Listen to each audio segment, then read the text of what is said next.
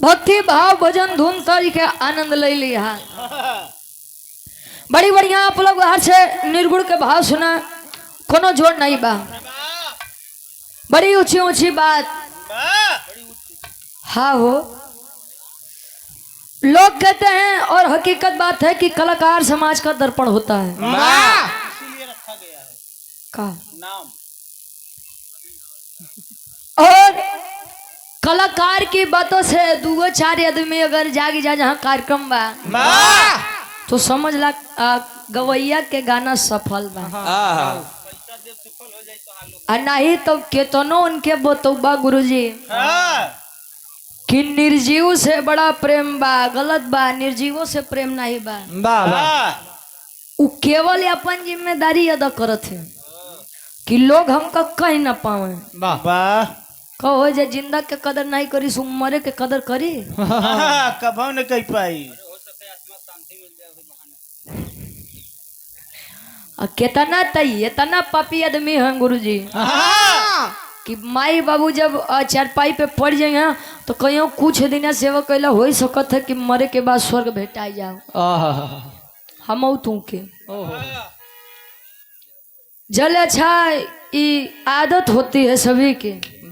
जले तनी सा दिक्कत रही तो वो घरे के उपचार देखे है नहीं ठीक बा तो ऐसा बस कहूँ से 2-4 खुराक ले आवा, दवाई खा ले तो ठीक हो जाए। और जब ज्यादा दिक्कत होई तले पहुंची तले वो डॉक्टर साहब कहे कि सॉरी आपने आने में थोड़ा देर कर दिया।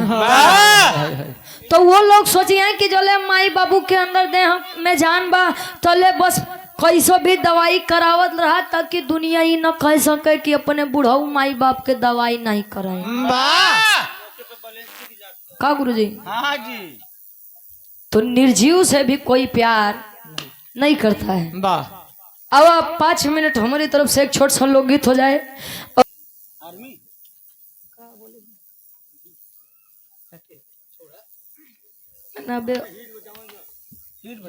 गाना हिट बजाई ने। टाइट रह चाहिए। ठीक ठीक, बस बस बस। अब देखला केतनी सच्चाई बा। जब आदमी जिए के कदर नहीं करिस तो मरे के बाद थोड़ी कदर करी। तो हिटे गाना बजावा का गुरुजी? चाट ले राजा जी। शिव शंकर यादव जी हमारे गार्जियन जी 100 रुपए का सम्मान, बहुत बहुत धन्यवाद, आशीर्वाद के चाह रही। अब सुनबे बात कि ओही रे जगहिया दत्ते काट ली होले राजा जी। काहे न जिभिया से चाट ले राजा जी। चलल न जाला कि गोड़ लपटाला। बाहर गुरुजी आवा तनी स्वभाव बने पुरन की गीत स्वर्गीय दादा श्री राम कलाश यादव जी गीत के गावे। कैसे गावे?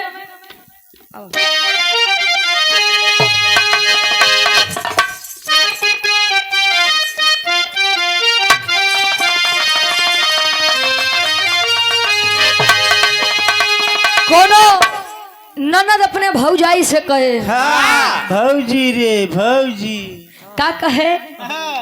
आवा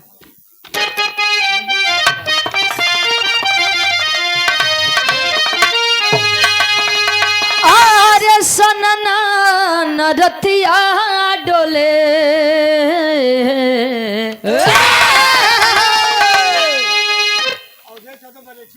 अवधेश यादव जी बरेठी की 5 सरजमी से पूज्य बाबू जी के द्वारा ये 100 रुपए का सम्मान, बहुत बहुत धन्यवाद, आशीर्वाद के चाह रही है।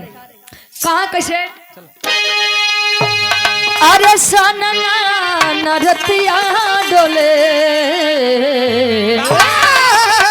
सनना नरतिया डोले बहे जब पवन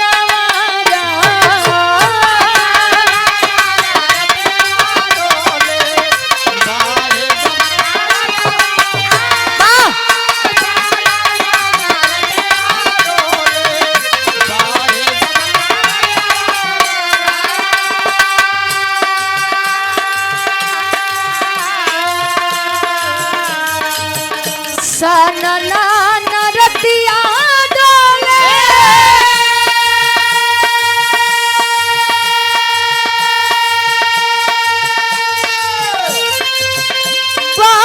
जब पवन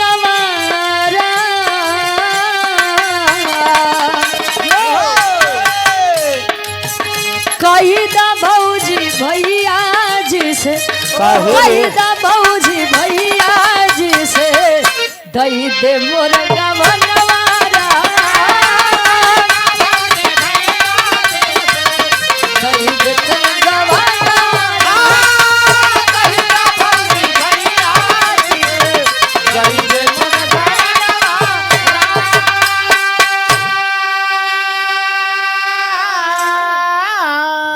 कहे कही दा भौजी भैया जी से देते मोर गवनवारा बारे उ ननद बड़ी संस्कारी रहे। जाए भी बड़ी पगलान रहे।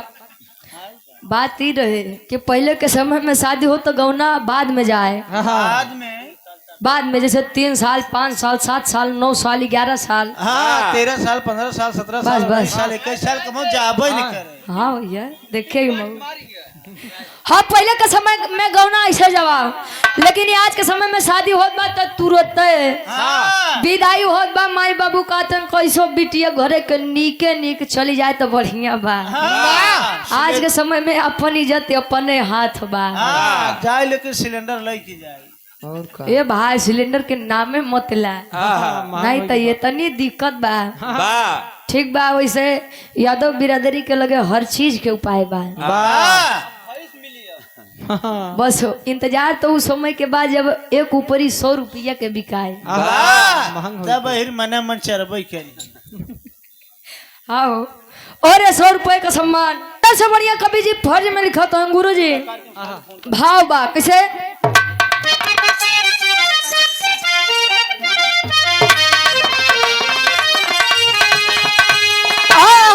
खोजले से मिली नहीं,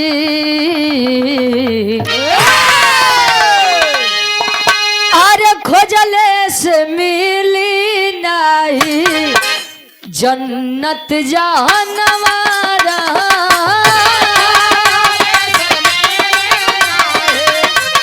जन्नत जानवारा खोजले से मिले जन्नत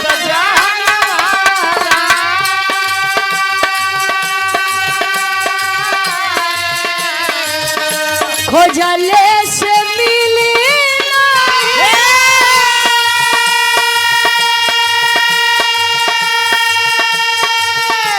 जन्नत जहन्नमारा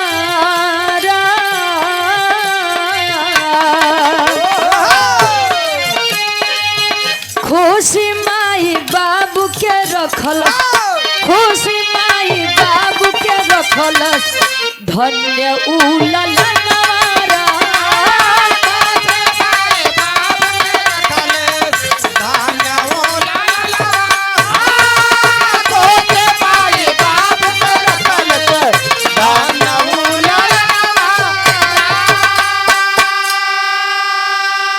से मिली नहीं जन्नत जहनवा राम और खुशी माई बाबू के रखलस धन्य उललनवा राम। आज के जमाना ऐसा बा जैसा सुनबे बा आज जमाना तो सोशल मीडिया के बा, Facebook Instagram YouTube Twitter dating app तरह तरह के बा सोशल मीडिया पे। जोले माई बाबूजी हैं तो ठीक है बा, अगर मृत्यु को प्राप्त हुए तो कहिए यार तनी बढ़िया से फोटो आवे के चाहिए। I miss you your mummy. पैसा ले ले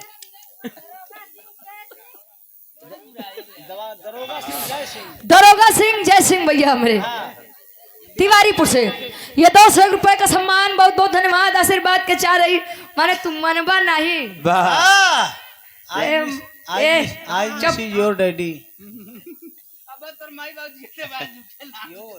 भाई वे काहे दिमाग खराब करत है यार। अच्छा फोटो ले ली है तो यहाँ चिता में आग लगाई है घरे यहाँ तो तुरंत पोस्ट होई कि आई मिस यू पापा आई मिस यू मम्मी। मुझे आपकी बड़ी याद आ रही है तो जीते जी कदर कर लीजिए साहब। नागेंद्र यादव के चाचा शिवशंकर यादव जी ये 100 रुपए का सम्मान बहुत बहुत धन्यवाद आशीर्वाद का छारी। और मेरी नजर में मंदिर जाना, मस्जिद जाना ये धर्म नहीं है। मेरी नज़र में वह धर्म है जो इंसान, जो सुपुत्र या लड़की अपने माता और पिता को जियते जिंदगी खुशी कर सके। अंतरा के पहले अंताल में कवि जी लिखते हैं कैसे,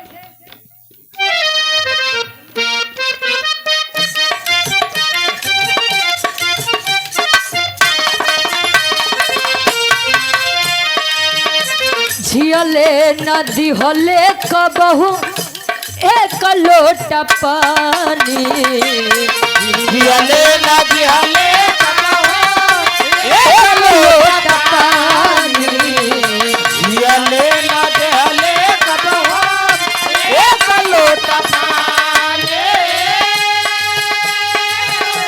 लाल के खातिर सब बावे जिंदगानी,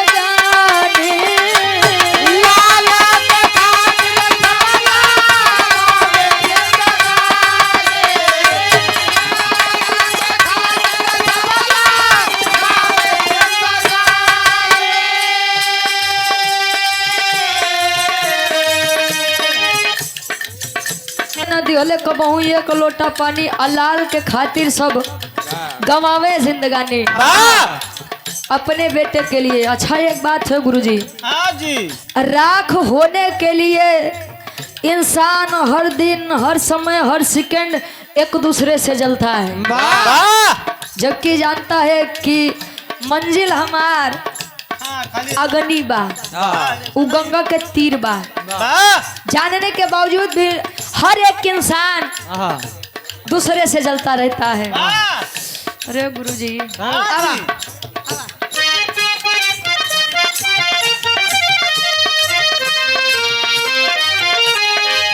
चल लागल घरवा में,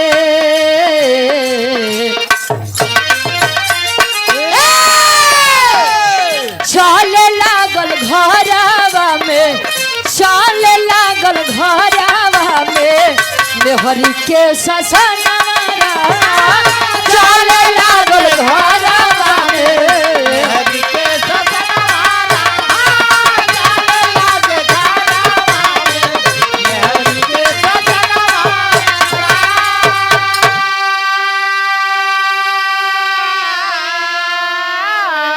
कहे चले लागल घरवा में मेहरी के ससनवा राम।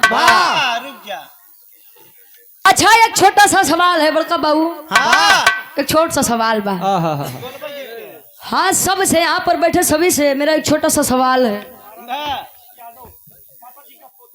आराध्या यादव जी माता जी की आप पोती हैं, ये 100 रुपए का सम्मान आराध्या यादव जी का चाहत बा तुहार ना से बा तो कुल के हे गुरु जी, हाँ जी,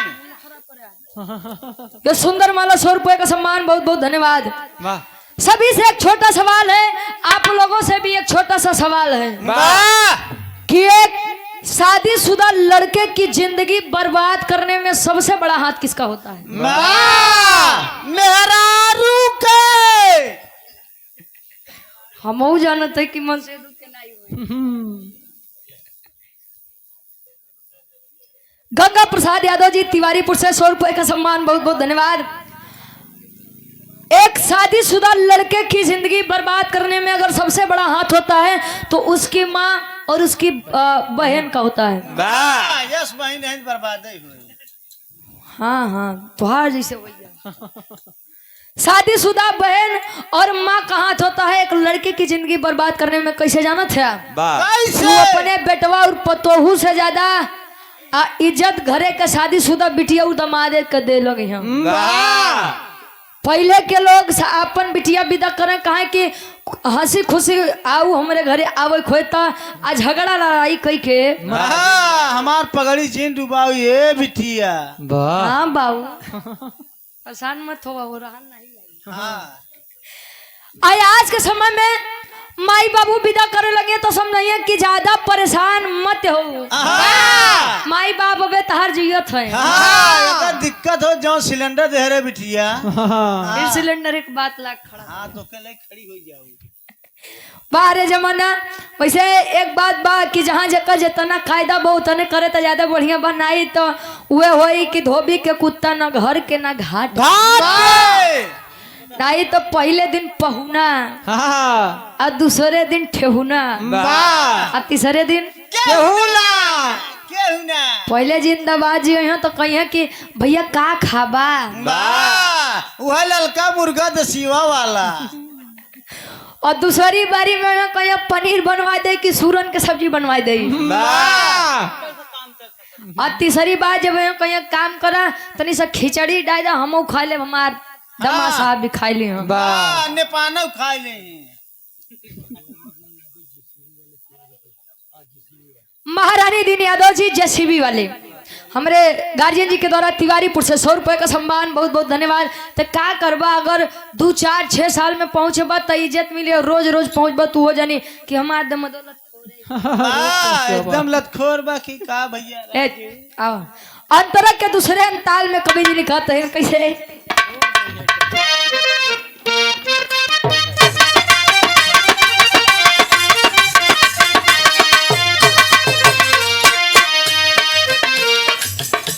स्वार्थी जमाना के जान सच्चाई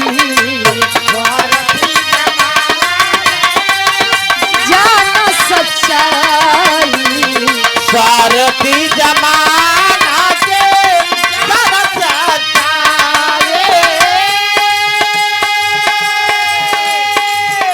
स्वार्थ के ही तना बहन सगा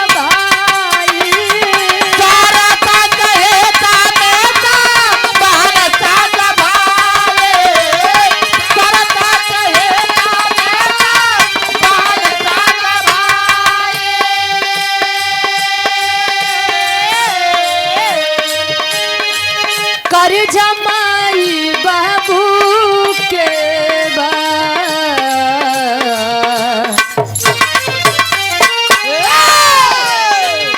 कर जमाई बाबू के कर जमाई बाबू के दिहले जनम वाला कर जमाई बाबू के दिहले जनम वाला कर जमाई बाबू के दिहले जनम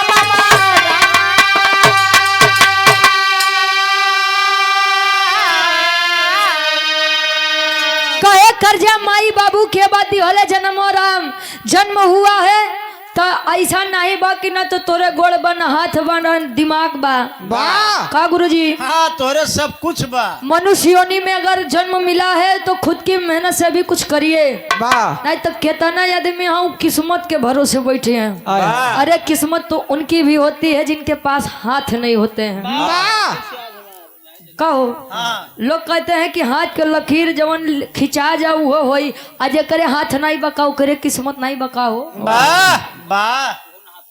तो इसीलिए भगवान को किसी दूसरे को कोसने से अच्छा है खुद को कोस लीजिए कि शायद हम ही वैसे नहीं थे जो हमारे साथ ऐसा नहीं हुआ हम ही उस काबिल नहीं थे जो हम उस चीज के लिए लायक नहीं बन पाए या परफेक्ट नहीं हुए या ढल नहीं पाए ऐसे कि एक अंगुली दूसरे के तरफ करबे तो 3 अंगुली अपने तरफ इशारा करते पहले अपनों को देखिए तो करे बाद दूसरे तरफ आंख उठा के अंगुली दिखाया पहले अपने देखे कहे बुरा जो खोजन मैं चला बुरा न मिलिया कोई जब दिल ढूंढा अपना तो मुझसे बुरा न कोई यार इतने बुरे हो तुम तो काबे तू जान नहीं पाया का जन्म और जन्म के बाद मृत्यु जानता सभी है।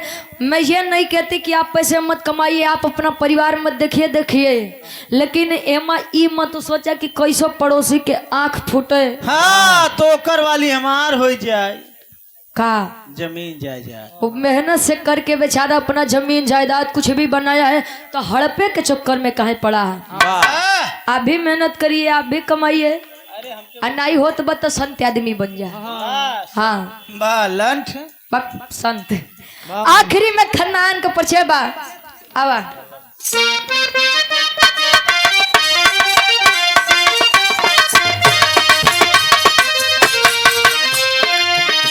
गुरुवर बिहारी राम लाल भइले हरसी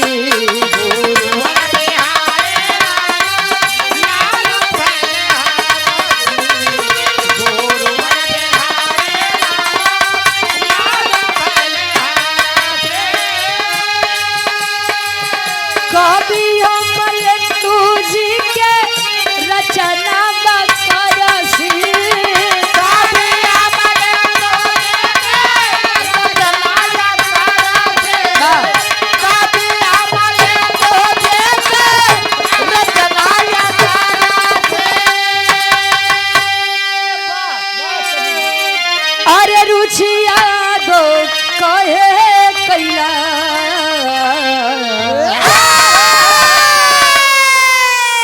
अरे रुचिया दो कहे कैला पहले पैसा ले ले।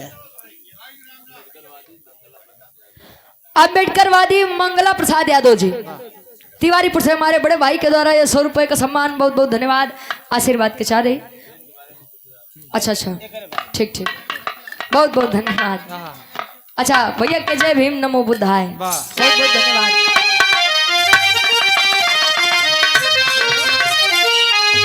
अरे रुचिया दो कहे कैला तमातु पितु के पूजन हमारा रुचिया